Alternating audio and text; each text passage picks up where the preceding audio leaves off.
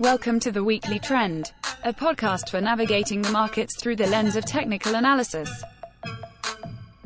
The Weekly Trend podcast is provided for educational purposes only and does not constitute any professional advice. Listeners should not act upon the information or content without first seeking advice from a registered financial planner. Welcome back to the Weekly Trend podcast. Today is Friday, December 5th, 2025.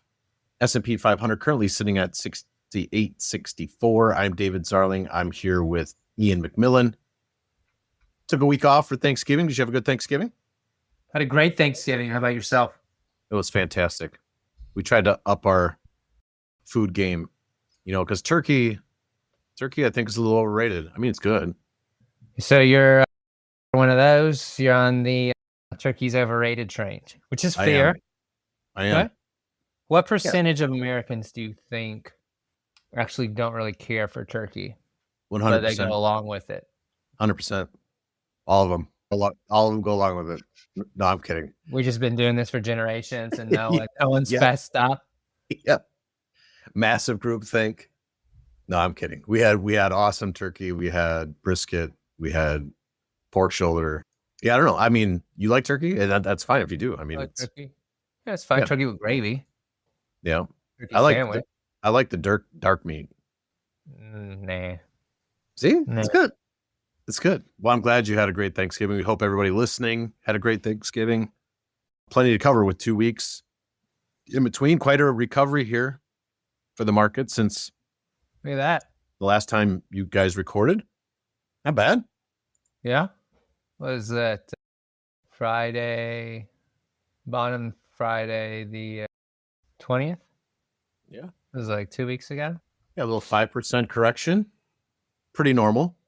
And now we got bullish percent back in X's. Russell made it all the way to all-time highs. Russell 2000 all-time highs. What do you think about that? I don't know. I don't know. Is Russell 2000 like turkey? You got to prove it. I'd say I would let someone else go kick that football. Okay. I'm going to let someone else, before Charlie, go kick the football this time. I get it. I don't know, man. Russell's such a faker. Such a faker. He never is serious about outperforming. He acts like it. He wants to. Yeah, we've got 2% return on the Russell 2000 since November of 2021. So 4 years, 2% return Really? with a 32% drawdown in between. Oof. Yeah. And a 32 and what was this year? 30? Yeah. Yeah. Look at that. Well, and little cousin, microcaps, kind of showing up small caps. Yeah. I don't know what to think. Has Brett gotten any better? I feel like Brett's gotten. Someone said that we had potential to get his weak Brett thrust. I think the potential was there, but I don't think we got it. We missed it. Yeah, I don't think we got it. Oh, it didn't happen within 10 days. Yeah, I don't think we got it. Yeah. I mean, it'd been nice. But then, yeah, I think that was Mark. Because then he posted failed. We get like failed weak thrusts all the time. And we still go higher. We still go higher. And I mean, we've got S&P testing close to all-time highs here. Wouldn't be surprised to see some resistance near the 6,800 level. I mean, that's where the selling began back in October. Got that 5% correction. Now we're back up in that level. The psychology of market participants, right? If you were a buyer in late October and now you're finally getting back to that level, are you happy to just get back to even? Are you selling here? Or is there enough demand to push through this level? Let's see. I mean, the VIX definitely has cooled off. And I think for me, the VIX, there's a rate of trend for the VIX that goes back to August that we've broken. If I can use technical analysis on the VIX, which I will, because that's what I am. I'm a technician. Don't tell me what to do. They'll arrest you in Europe for that. This guy posted on his socials about the VIX. Right to jail, right away. Oh, I tell you what. Yeah, I mean, VIX looks like it could go back to 14. I mean, if you get below 15, that's how you get to 14. You got to get below 15. Look at you using math. What about transports? Transports hitting new all-time high? Yeah, what do we think about this? See, this is another, is this serious? I mean, well, it's serious in that it did hit all-time highs. I'm not accusing you of lying about that. I mean, it looks good, but can it do it? Can it do it? Should I own this rather than S&P? That's the $1 million question. Well, it's great to know that we've got ratio charts that we can use. I mean, those are good. And you're looking at IYT? I'm looking at IYT. So, you know what's interesting? Like, look at like a Old Dominion freight line. Oh, I thought that would look a lot better. Oh, all the is that your transport? Is that your transport's bellwether? Yeah, my trucking. Okay, back to a falling 200 day. Yeah, you'd like to see that follow through. XPO looks better. Yeah, that does look better. Transports, and what is that? Like, is that like Uber? Is this going to be something? Is it like Uber? No, actually, Uber's been underperforming transports. But is it in? It is. It's the largest weighting in transports. It is the largest. Yeah, I would have had the same thought as you, like wanting to see Uber lead. Yeah, it's not even above a relative 200 day. Not that it looks terrible. But you know what it is that's leading in transports? At least for the past month? Well, it can't be trucking. Not trucking. It's not Uber. Is it Lyft? It's had a good month. I don't know. What's another? Is it an airline? Yeah, it's airlines. Forward Air, Frontier, Southwest, Alaska Air. Look at Jets looks pretty good. Yeah. Wow. That was Owen Wilson. Owen Wilson. Yeah, it's great. Yeah, it'd be interesting. And Jets itself is heading into an area of polarity that goes back, to the April 21 highs. So we'll call it 27, $28. Be interesting to see if we can clear that. But I mean, not too shabby to see. You know what the first trucking name that shows up on there is? Schneider. And is Saya? Yeah, Saya's trucking. Yeah. I don't even know if I'm saying that correctly. But PSX looks kind of good. Yeah. I mean, if we got above $37, $38, that's a pretty solid. I mean, that's like a 4-year consolidation we got going on here. Mm-hmm. November 2021, yeah. So if we're going to see transports do well, kind of hard to get. But before I say this, it's pretty hard to get bearish equities if transports are doing well. But I think you bring up a good point that, ground transportation makes up 62% of IYT. Okay. And then it's air freight, and then it's passengers. So air freight and passengers is about 35%. So yeah, you want to see the railroads and the trucks do well, but not too shabby to see airlines doing well. So do we see transportation stocks? It's not that they have to outperform, but if they're going to make new all-time highs and participate, that's not bearish. Can't be. Why isn't NVIDIA going up then? NVIDIA is boring if we have to switch to trucks. We don't get to buy. Yeah, trucks are a lot less sexy than semiconductors. Yeah. Yeah, if you got to buy conductors rather than semiconductors, I don't know. But it's half definitely a conductor. Yeah, half a conductor. He can probably only drive half a train then. But at the same time, you've got semiconductors outpacing tech. Yeah, I know. It's good. It is good. The mag stuff, not bad. I think Dietrich said XLK was up 9 days in a row. Yeah, it looks like it. Not that I thought he was lying, but. And today's a big day for tech, for XLK. Yeah. It's got a split. I saw that this morning. It said down 49.9%. Got a little nervous? I was like, well, that can't be. Unless Apple went bankrupt overnight. Oh, man. Well, if that happened, we probably just cancel Christmas. House up for sale. Probably cancel Christmas. Cancel the next 14 Christmases. But yeah, Apple also new all-time highs. Really? Well, that might be last week. Not that great, huh? Goldman Sachs. What do you think about Goldman Sachs? I think a lot of things about Goldman Sachs as a company, as a stock. Yeah, let's just talk about the stock. Pretty good. Pretty good. Yeah. I mean, breaking out of I mean, Bank of America got is that all-time highs for Bank of America? Goldman Sachs 13-year base versus S&P breaking out. Yeah. JP Morgan not breaking out. Can't do it. Trying. Yeah, we've been trying. This is the 5th month. Since June. Been trying since June. Or are you saying since January? Whatever. Either way. Since the summer, June or July, right? Yeah. Around there. I don't know. I don't know. Man. You believe in banks?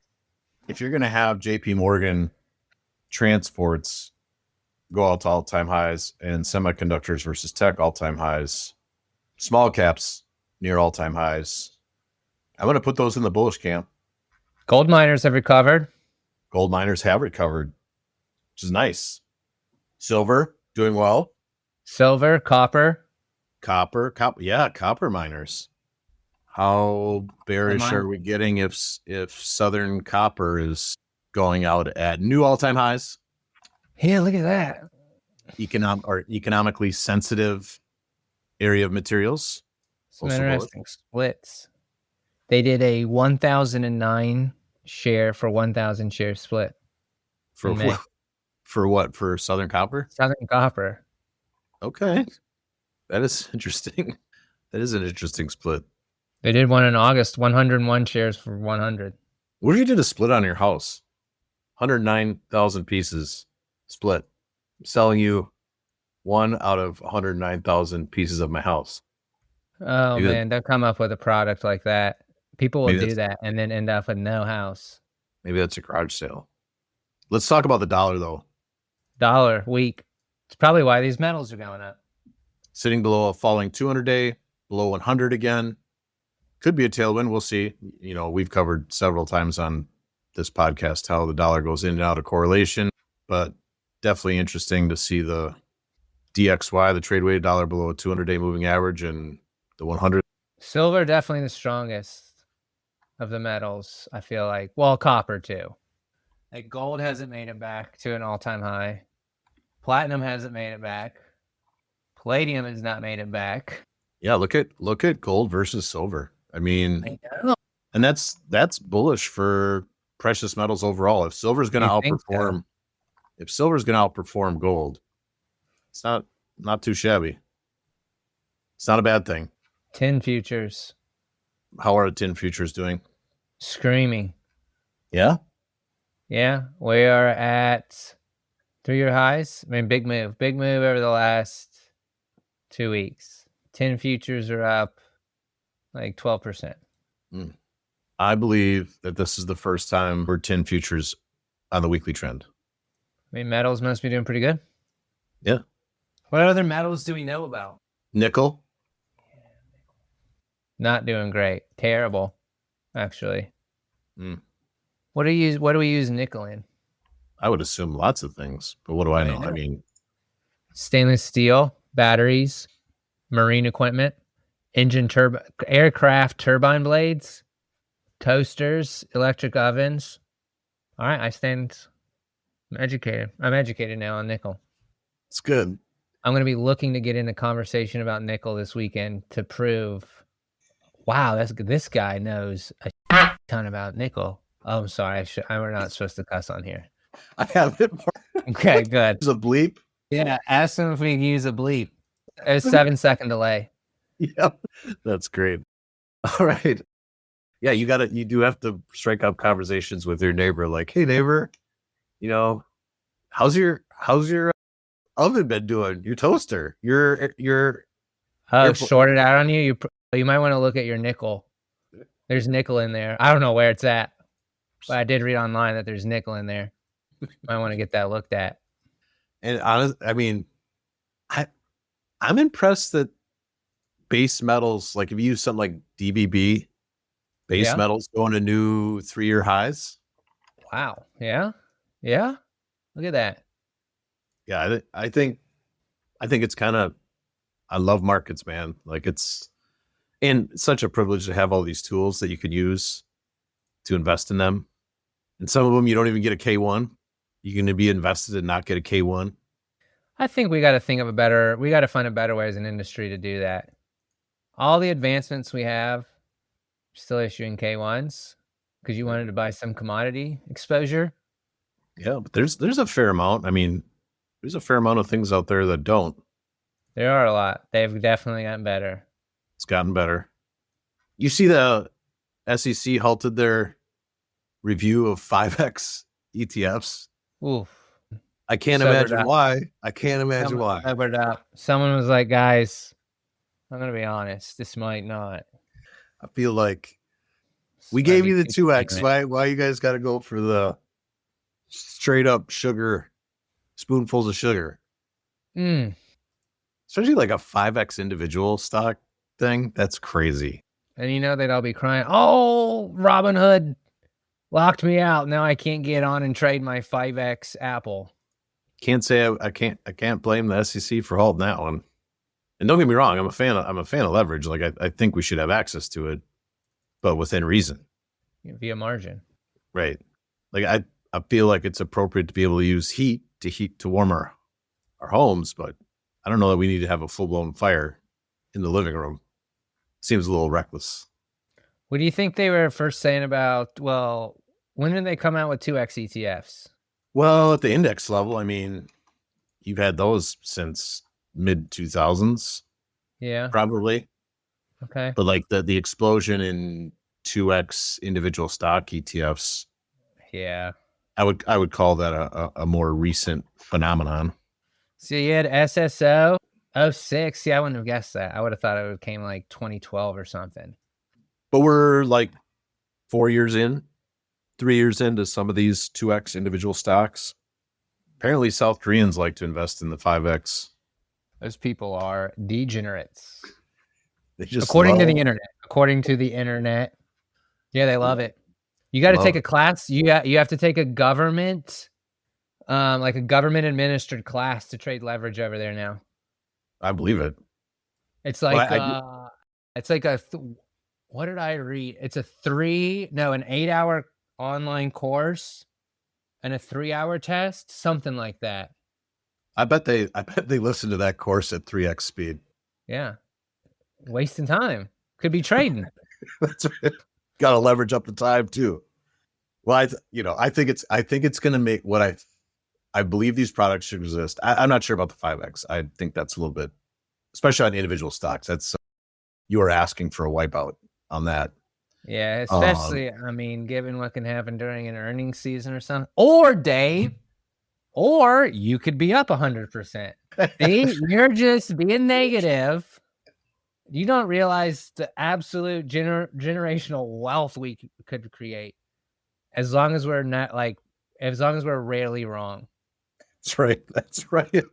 You're never wrong, right? Every position that we take, we hit on everyone. Yeah. That's sarcasm, of course, for those looking for a disclaimer. But it's fascinating. I do think it will make the next protracted, and when I say protracted, I just mean time.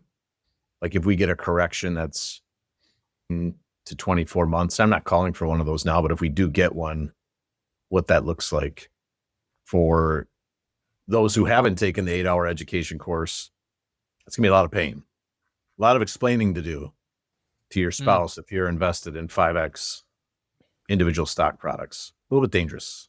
Cannot recommend. And then, and you know how I'd phrase it to people? I'd like if I only owned like $20,000, like I own about $100,000 worth of Apple. That's what I would tell people, and they wouldn't catch the leverage. The leverage, yeah. About how much do I own? Oh, about $100,000 worth. And then, wow, Ian, that's so much. They don't know. I'm levered to the gills. I got a new relationship for you. High beta, low vol, all-time highs. Really? Yeah. How about that? You just trumped me. That looks good. Look at you. See, and I don't. So you've got NASDAQ versus IWM sitting on a 200-day. Upward sloping in favor of the NASDAQ, obviously. That's so you just brought the trump card on that one. Equal weight discretionary versus equal weight staples holding up just fine. Not new all-time highs. but sitting above the prior 25 highs in the first part of the year. You know, it's really falling apart. Well, I mean, I guess it has a while. Discretionary. Like large cap? Yeah. Well, Tesla and Amazon don't. They need to get it together. XLY had a split too. They split all these? No. Yep. Now you can buy twice as much. You feeling poor? Well, now you can buy twice as much tech. That's how that works. Oh man. So yeah, I think it's great to see these developments with high beta low versus low vol, semiconductors versus tech, new all-time highs, Goldman Sachs, new all-time highs, small caps trying to record new all-time highs. I think we said transports. I mean, there's a lot pointing towards bullish behavior. Healthcare fell apart. Biotech kind of held it. It's okay though. The healthcare is back. Is this back below a relative? Yeah, back below a relative 200-day. Which I guess you got to err on the side of that happening, because you are in a downtrend, relative downtrend. But I think you bring up a good point that, biotech overall, on an absolute basis, using something like IVB, consolidating nicely here, but also up against the highs from 2021. So we'll see if we cut right through that or if we pause here.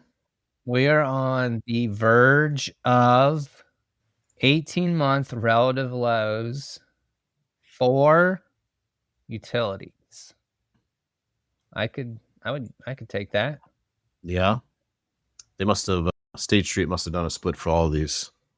State Street split weekend. That's what we've got. Widely celebrated. Widely celebrated. Speaking of celebrated, should highlight the supporter of this podcast, the Adaptive Select ETF listed on the New York Stock Exchange under ticker ADPV, which helps investors access two of the most prevalent factors in markets, momentum and relative strength. Using proprietary identification methods, the Adaptive Select ETF attempts to own the strongest 25 large cap stocks when the market is in an uptrend. And since not all market environments are the same, Adaptive Select seeks to prevent extended declines by moving short-term treasury bills and cash during long-term market downtrends. Investors can find out more, including how to invest in ADPV, by visiting adpvetf.com or calling 1-833-880-5200. Investing involves risk, including possible loss of principal. ADPV is distributed by Quasar Distributors, LLC. What do you think about treasuries, Ian? Oh, what are you going to say? So that's sweet. It is sweet. You know, that fund has 5 stars. 5-star sweet. Out of 5. 5 out of 5. It's a rumor on the street. So for you people that like that type of stuff, check it out. Check it out. Treasuries. No Michelin stars. Still working on that. Yes. Oh yeah, we got treasuries here below a 200 day. Treasuries look bad. Isn't that interesting? I thought we were getting another rate cut. So what rates? Look at that. Yeah. 30-year back to 4.8. So we are up 30 basis points. No, when did we cut? We cut in September. We've had 2 cuts so far this year, right? I don't know. I don't pay enough. I see. I know. I don't know how to answer you. I know. It sounds. I was trying to make a point, but I know they cut. I don't know when. And you know what? For some fundamentalist out there, that's really going to tick them off that you don't know that. Well, I know rates are up since they cut. I can tell you that. Yeah, which seems like the bond market has more control of rates. And they keep reading that they're going to do another cut this month. Doesn't seem like the bond market's telling us that at all. It's almost like markets are more powerful than the Fed. Some people don't like that the market might know more than the Fed. Can't fight the market. Market might know more than you and me and anybody listening. Very offensive, but I think we'll get over it. But I think treasuries, using something like TLT, is now guilty until proven innocent, below $88, below 89. And now you could see a scenario you were looking at 30-year. Yeah. I mean, early next year, are we talking about 30-year rates above 5? Kind of matches the base metal, precious metal thing we're seeing. Above 5, I'll never be able to refinance. Sad. Yeah, look at that. I mean, this is It's not a great look. Or it is a great look. I mean, if you want rates to go up, you could be positioned for that. Mm-hmm. Maybe I'll be positioned for that by the end of the day. I don't know. Maybe Dave will be. Yeah, I have a feeling. But we shall see. Not a recommendation. If you short it enough, see, you know how you say like, oh, you should just own oil futures. That way, when it goes up and you're pissed off when you go to the pump, you're also making money. Could you do the same thing with interest rates? Yeah, if you're pissed about them going higher, you just short bonds. Yeah. And why then everyone's complaining, but you're just sitting back, smiling, saying, well, I'm break even. With your 5X short treasuries? 5X short treasuries only cost me $1,000. I think he's the right term, degenerates, man. Like, I think, I want to be clear. I'm a fan of leverage. I think it should be available. I'm not a fan of margin, but some of these products that are able to track a 2X or 1.5X, I'm a fan of that, but 5X is degenerate. You are asking for pain. That's for people who play like 11 game parlays. Crazy. On their DraftKings. A lot of, well, I was up 70%, and then the earnings report happened. Now I'm down 70. Now I'm down 70%. Yeah, but I was up, just yesterday. Oh, crazy. What about Bitcoin, Ian? What about crypto? Terrible. Cryptos look terrible. Bitcoin below. I mean, I think considering as long as you're below 93, I assume this takes another leg down. Maybe it does need to go sideways for a bit. I could definitely see that. Like catch up with the 50-day. 200 days looks like it could roll over.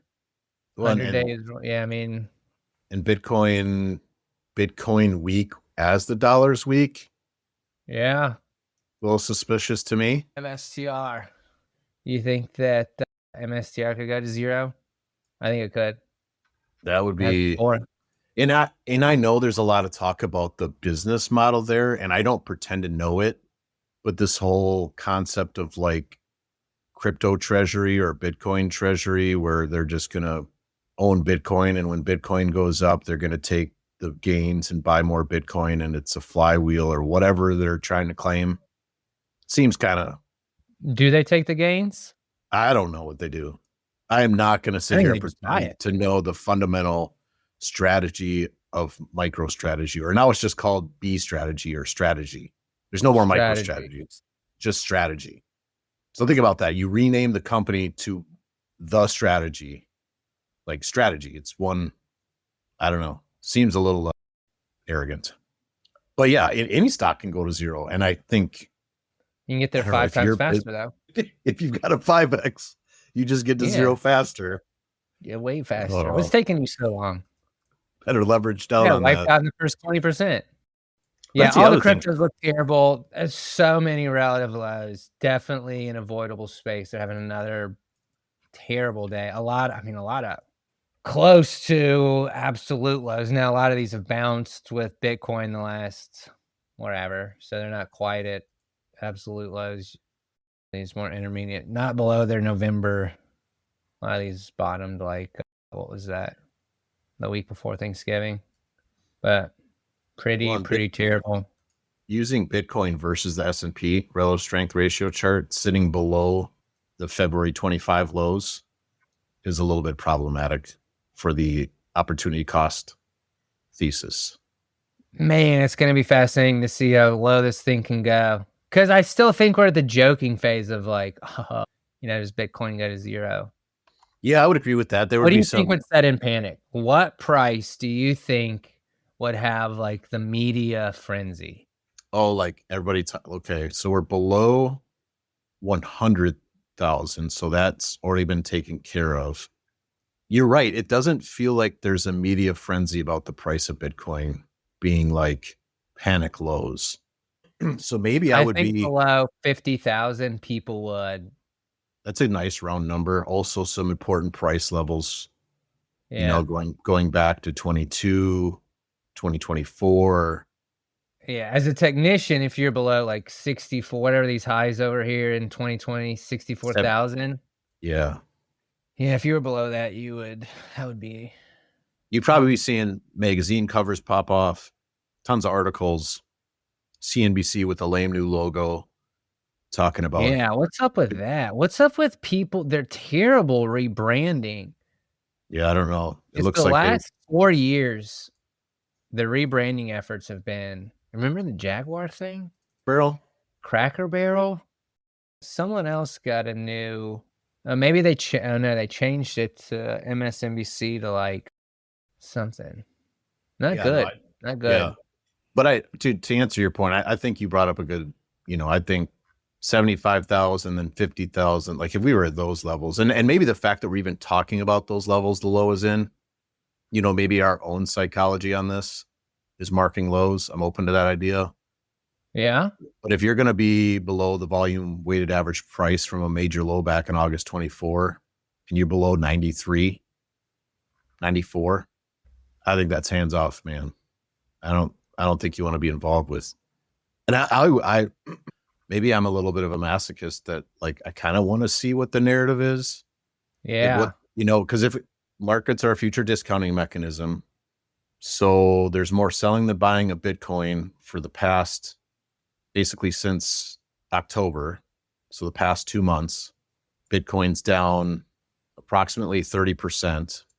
We don't have a strong narrative picture, in my opinion, as far as like what that is. So if we're down another 30%, it's going to be interesting to see what the noise is. What have we been pricing in? Because price moves first, then the narrative comes out. So what are we pricing in here? I don't know. Wish I could tell you, Ian. Maybe we could just come up with a story on our own. Maybe Satoshi Nakamoto reveals himself. Yeah. Or maybe the irony of AI and quantum computing is that the Bitcoin blockchain is no longer secure. Was it ever secure? I'm not sure. No, I don't think it was, because people would steal stuff and then they were able to like trace it. I don't know. I feel like there's definitely something a few times where there were stories where they were able to identify or like get like funds back. I don't know. It's not what they say it's all cracked up to be, I don't think. Yeah. But we're going to find out. And maybe we're marking a low in this episode. I'm fine with that. I'm perfectly fine if we recover, get above the volume weighted average price, get it back above 96,000. We'll happily participate. But right now, Bitcoin in particular, a little bit problematic. Agreed. What else, Ian? What else would you like to cover before we sign off? I don't know. Kind of just, we'll see. I mean, Russell made it back to all-time highs. S&P is just sure. How big of a correction did we get? 5%? About 5. Pretty normal. I mean, and not too shabby considering that from the tariff tantrum lows, I mean, the market did rally 40%. Yeah. I mean, to consolidate in a 5% range, let's not get too greedy here. I mean, I like markets that go up in a straight line too, but I also don't mind when the 5X holders get spanked a little bit. So we could consolidate here. I think 6,800. Can you imagine the decay on 5X, even if you weren't going down? See, that's another thing that would mess with people. Yes, the decay. Well, like the market has. Why am I down when the market's only down like 5% in the last year? Why am I down so much? Yeah, it consolidates for 6 months and you're down 30. Yeah, or 35. I hope that's in the 8-hour course. Well, Got to understand what you think. Because it was on 3X speed. I didn't hear that part. Went right over it. Probably got interrupted by a margin call. Anywho, appreciate you doing this with me again. I'm glad you had a great Thanksgiving. We hope everybody that's listening had a great Thanksgiving. We are thankful for you guys for making this a great podcast. Give us a high ranking on your platform of choice. Share with others. That helps us get the word out. We really appreciate it. Have a great weekend, everyone.